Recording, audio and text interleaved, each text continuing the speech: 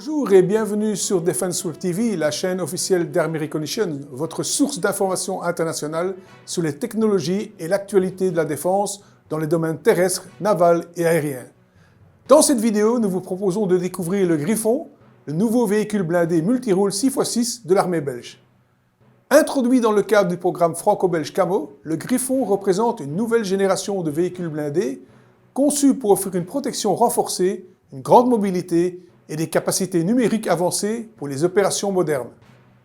Destiné à remplacer plusieurs véhicules blindés plus anciens au sein de l'armée belge, il constitue un élément clé de la modernisation des forces terrestres belges et du renforcement de l'interopérabilité avec l'armée française.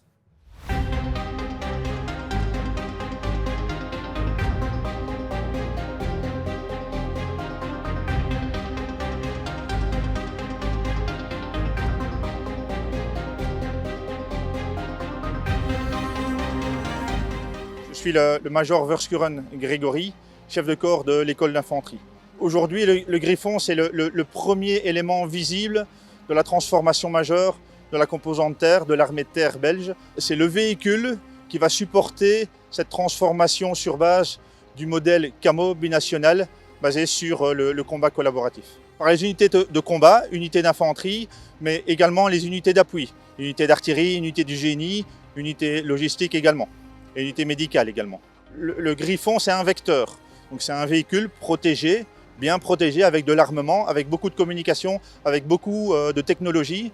Mais c'est surtout un vecteur qui transporte toute une série de capteurs qui permet d'échanger presque de manière instantanée la communication, les informations entre les différents véhicules. C'est la base même, le socle même du combat collaboratif, de la doctrine binationale Camo, qui veut que l'on décide plus vite en comprenant plus vite.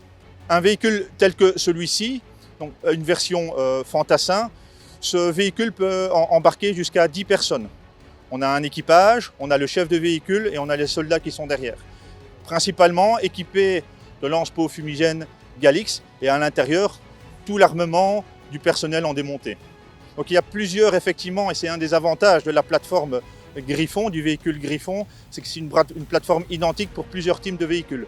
On a le véhicule de base, qui est le véhicule d'infanterie. On a également des Griffons MMP pour les missiles moyenne portée, anti-char. On a des Griffons mortier 81. On a également des Griffons mortier 120 pour l'artillerie. On a des Griffons pour le génie. On a également des Griffons sanitaires. Le véhicule Griffon va remplacer à terme, et déjà en train de le remplacer, l'AIV, ainsi que le véhicule Dingo. C'est un switch doctrinaire. On est sur de l'infanterie motorisée, on n'est pas sur de l'infanterie blindée, on est de l'infanterie motorisée, où l'utilisation principale du véhicule est d'arriver au plus proche et de déployer au plus proche en sécurité nos soldats, nos combattants, pour qu'ils effectuent les 300 derniers mètres du combat face à l'ennemi. Le combat collaboratif est basé sur un échange de communication quasi instantané. C'est-à-dire que chaque véhicule va pouvoir entendre, voir ce que les autres véhicules peuvent voir ou entendre directement. Ce qui permet d'éviter des relais d'informations et de pouvoir comprendre tout de suite, mieux comprendre ce qui se passe et décider plus rapidement. Pour les drones, commencent à être intégrés maintenant dès le départ dans les trajets de formation, le plus tôt possible. Dès maintenant, on est ici sur une formation de base pour des officiers et sous-officiers. Ils commencent déjà à intégrer les effets des drones. Donc dès le départ, cette nouvelle capacité, cette nouvelle couche est intégrée dans la formation de base de nos gens.